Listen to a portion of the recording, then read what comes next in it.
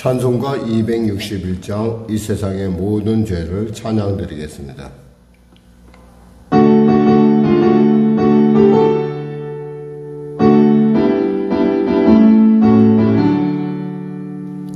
이 세상의 모든 죄를 밝히시는 주의 보혈, 성자 예수 그 귀한 피 찬송하고 찬송하세. 주님 앞을 멀리 떠나 길을 잃고 헤맬 때에 나의 길을 따라오사 죄인이 구원하셨구나. 이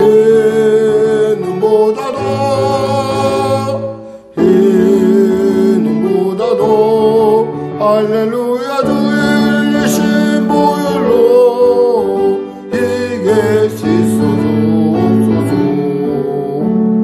가시관을 쓰셨으니 피로 얼굴 물드셨고 십자가의 모든 것도 나를 위해 당하셨네.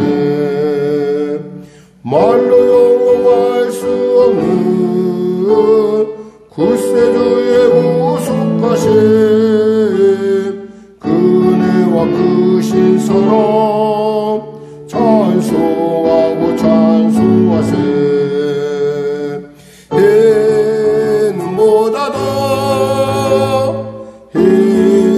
눈보다도 할렐루야 주의 흘리신 보혈로 이게 씻어주옵소서. 아버지를 멀리 떠나 바른 길을 져버리고 여러가지 죄악으로 주같이 되었으니 물같은 것 가지고는 씻을 수가 아주 없네. 주의 몸의 피로 날 정결케 하옵소서. 이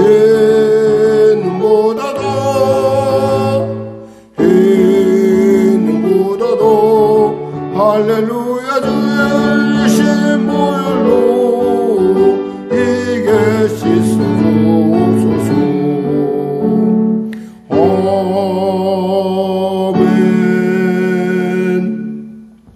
하나님 감사합니다. 오늘도 하나님께서 귀한 아침, 특별히 어린이날이라고 하는 귀한 아침 허락하시며 감사합니다. 이 아침에 이 땅에서 자라는 어린이들을 위해 기도합니다. 그들의 꿈과 그들의 그 하나님을 향한 순수함이 하늘 보좌를 상달케 하는 놀라운 은혜가 되게 하여 주시고, 그들이 예수 믿어 이룰 귀한 나라를 바라보며 우리가 정말 덕이 되고 본이 되는 삶을 살 수 있도록 성도들을 지켜주고 보호하시고 인도하시고 통치하여 주시옵소서.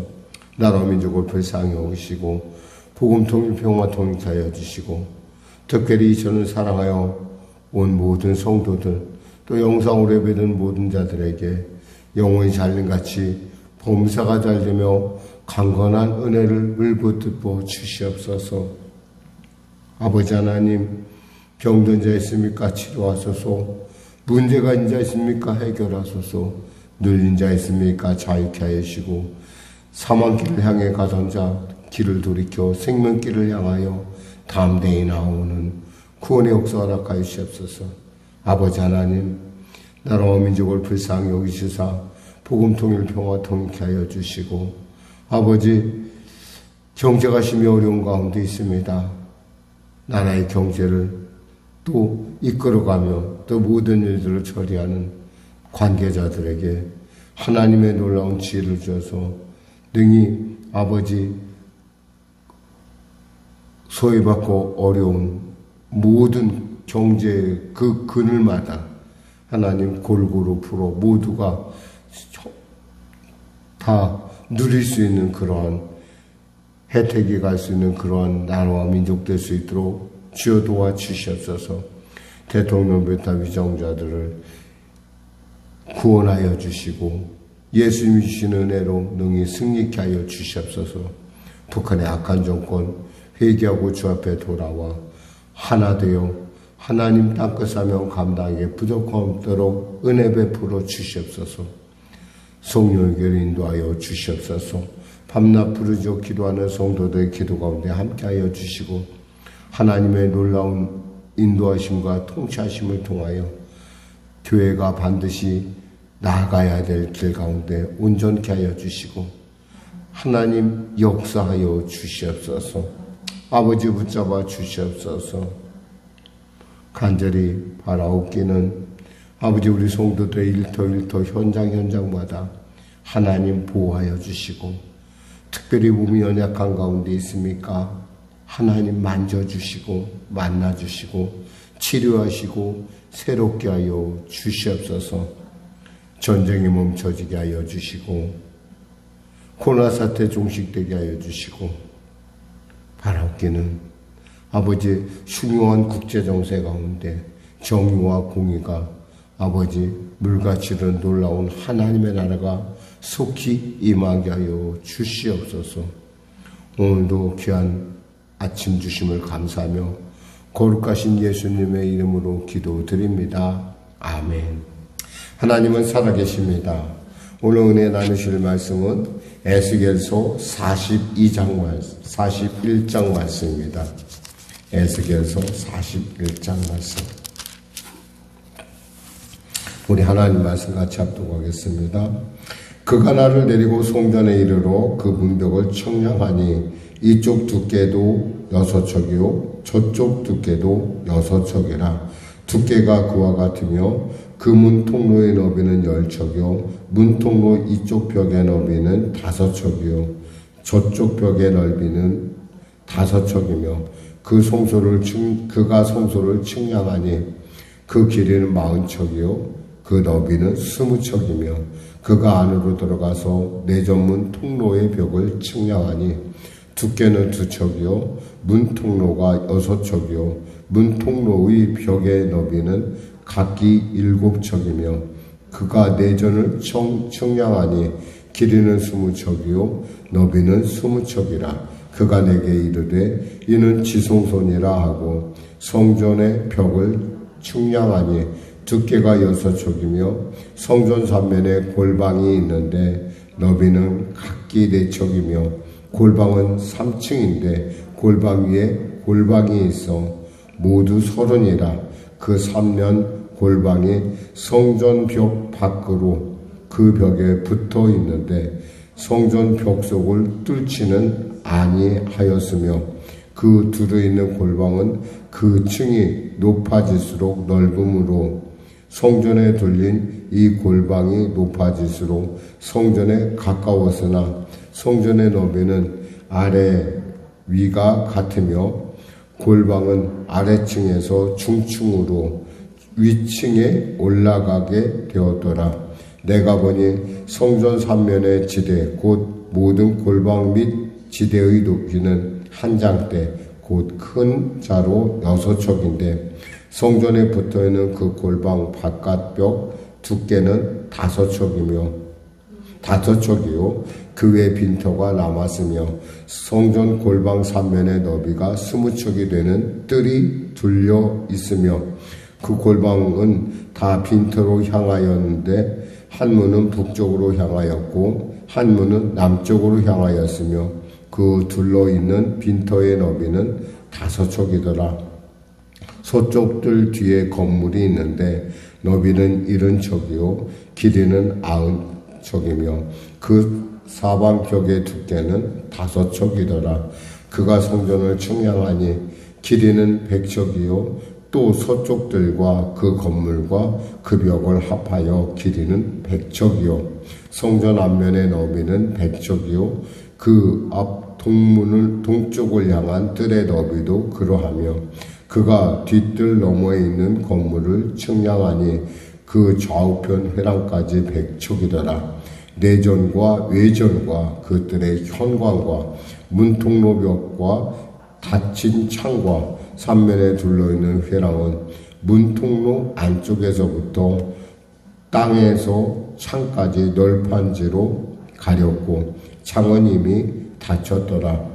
문통로 위와 내전과 외전의 사방벽도 다 그러하니 곧 측량한 크기대로며 널판지에는 그룹들과 종려나무를 새겼는데 두 그룹 사이에 종려나무 한 그루가 있으며 각 그룹에 두 얼굴이 있으니 하나는 사람의 얼굴이라 이쪽 종려나무를 향하였고 하나는 어린 사자의 얼굴이라 저쪽 종려나무를 향하였으며 온 성전 사방이 다 그러하며 땅에서부터 문통로 위에까지 그룹들과 종려나무들을 새겼으니 성전 벽이 다 그러하더라. 외전 문설주는 네모졌고 내전 전면에 있는 양식은 이러하니 곧 나무제단의 높이는 3척이요 길이는 2척이며 그 모퉁이와 옆면과 면을 다 나무로 만들었더라. 그가 내게 이르되 이는 여호와의 앞에 상이라 하더라. 내전과 외전에 각기 문이 있는데 문마다 각기 2문짝 곧 접는 2문짝이 있어 이 문에 2짝이요 전문에 2짝이며 이 성전문의 그룹들과 종려나무를 새겼는데 벽에 있는 것과 같고 현관 앞에 있는 나무 디딤판이 있으며 현관 좌우편에는 닫힌 창도 있고 종려나무도 새겨져 있고 성전의 골방과 디딤판도 그러하더라. 아멘.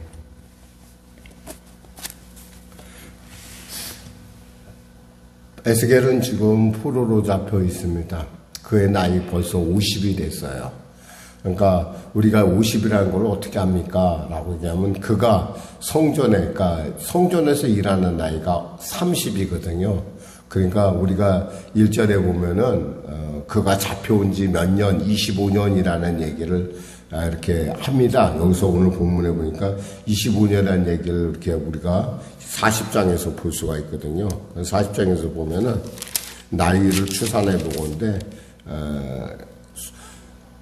그가 50대 됐어요. 50대 돼갖고 이제 참 어떻게 생각하면은 이제 포로가 된 지 벌써 20년이 지났고 나이는 50이 되고 그리고 자기가 할 수 있는 일이 뭐밖에 없다는 걸 더욱더 안 거예요. 그러니까 제사장이니까 제사를 지내야 되는데 성전은 이미 파괴됐다고 그러고 그리고 또 다시 돌아갈 기미는 보이지 않고 물론 본인은 70년 후에 돌아간다는 하나님의 약속을 굳게 믿고는 있지만 사실 그것이 이렇게 보여지기 전에는 굉장히 어려운 상태에 있겠죠.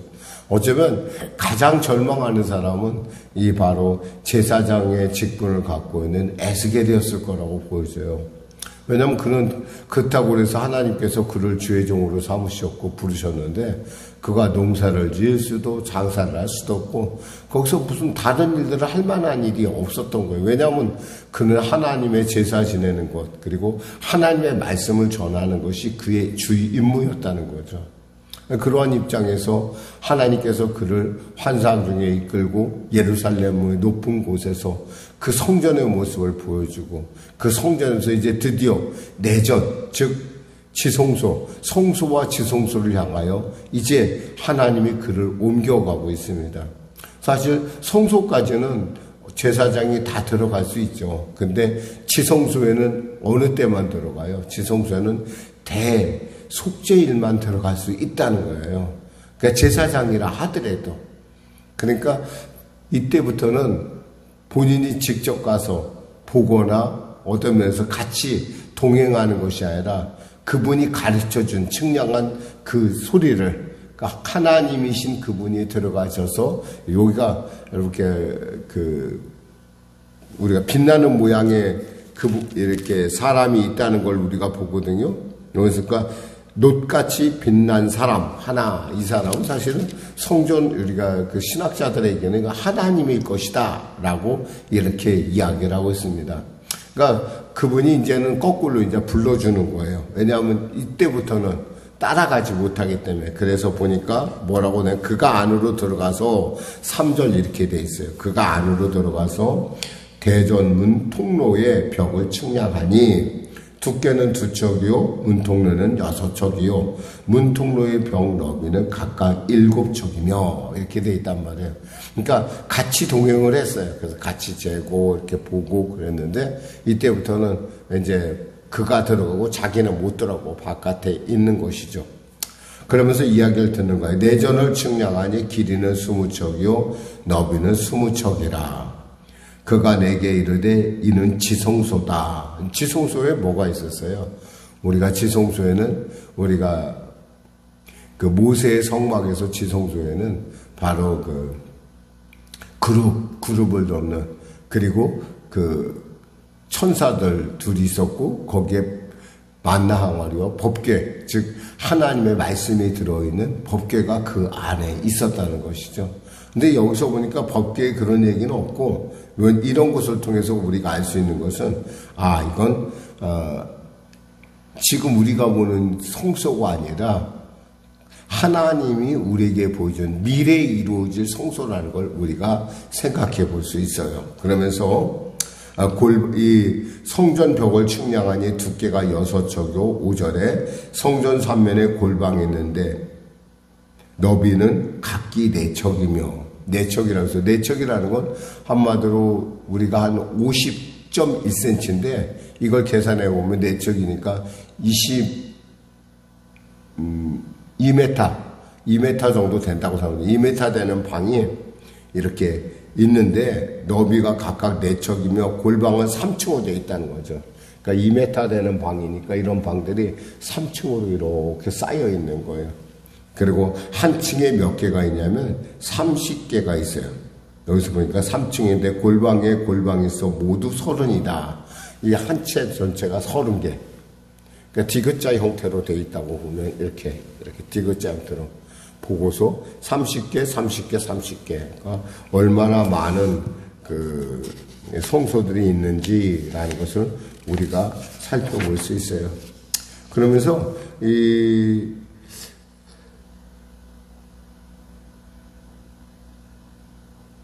이 달은 그것도 크기가 좀 달라요. 고루고루 보니까 높게 갈수록 면적이 좀 좁아지고 위로 갈수록 그리고 아래일수록 면적이 넓고 이런 형태의 걸 통해서 우리가 볼 수 있는 것은 교회는 이렇게 여러 사람들이 모여서 이루는 것이고 그 중심에는 예수 그리스도가 있다라는 것을 알 수 있어요.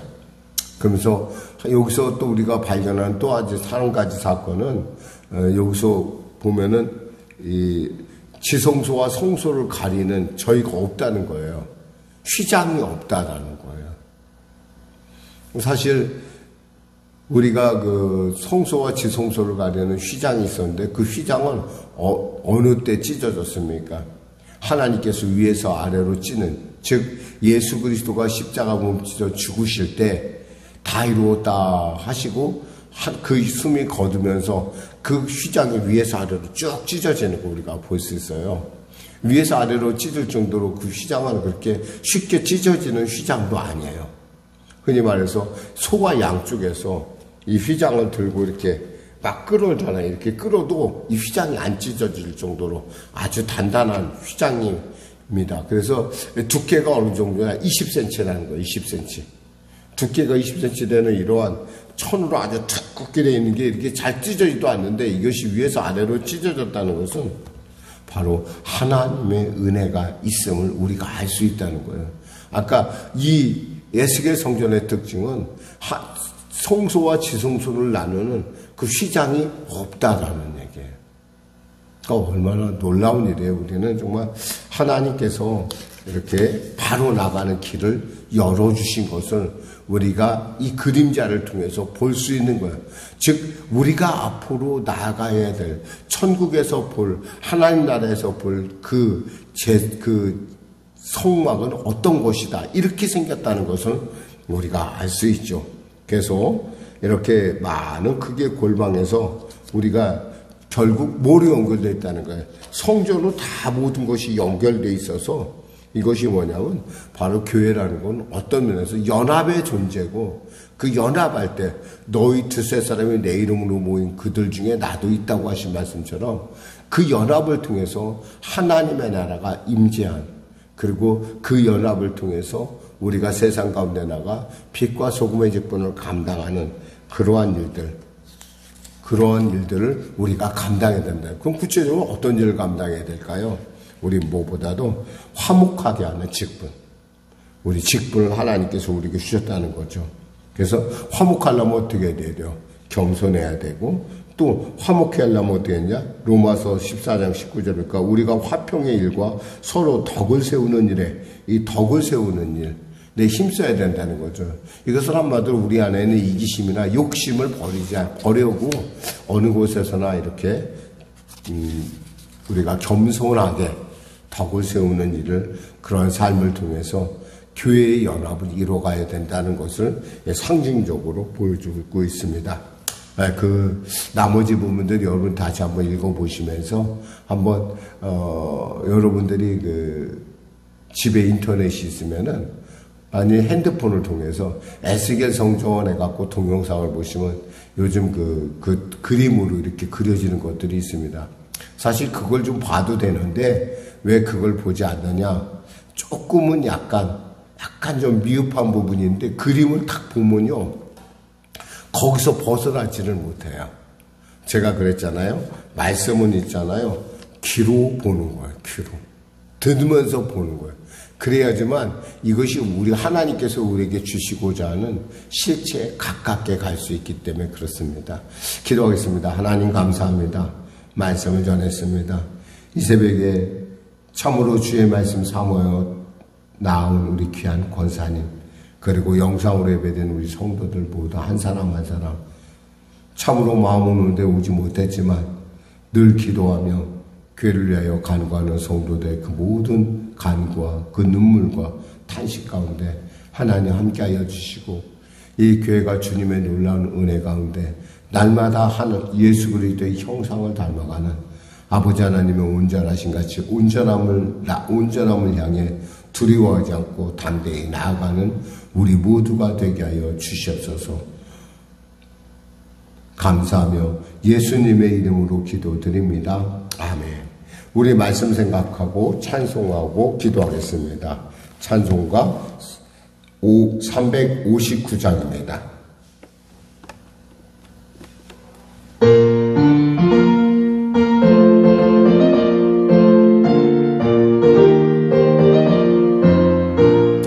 전송을 향해 가는 성도들아, 앞길의 장애를 두려워 말라.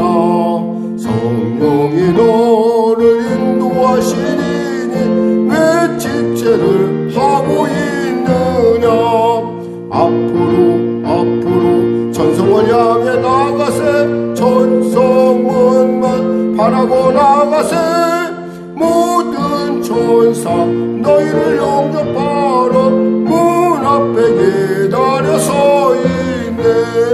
너 가는 길을 누가 미흡거든 확실한 증거를 보여주어라. 성령이 친히 감하여 주사 저들도 참 길을 찾으리. 앞으로 전성을 향해 나가세. 전성문만 바라고 나가세. 모든 천사 너희를 영접하러 문 앞에 기다려 서 있네. 너 가는 길을 모두 가기 전에 내 손에 든 몸을 붙지 말아라. 족박이 흉내 모두 깨뜨리고 끝까지 잘 싸워 이겨라. 앞으로 전성을 향해 나가세. 전성문만 바라고 나가세. 모든 천사 너희를 영접하러 문 앞에 기다려 서 있네. 하늘에 계신 우리 아버지, 아버지의 이름을 거룩하게 하시며 아버지의 나라가 오게 하시며 아버지의 뜻이 하늘에서와 같이 땅에서도 이루어지게 하소서. 오늘 우리에게 일용할 양식을 주시고 우리가 우리에게 잘못한 사람을 용서하여 준 것 같이 우리 죄를 용서하여 주시고 우리를 시험에 빠지지 않게 하시고 악에서 구하소서. 나라와 권능과 영광이 영원히 아버지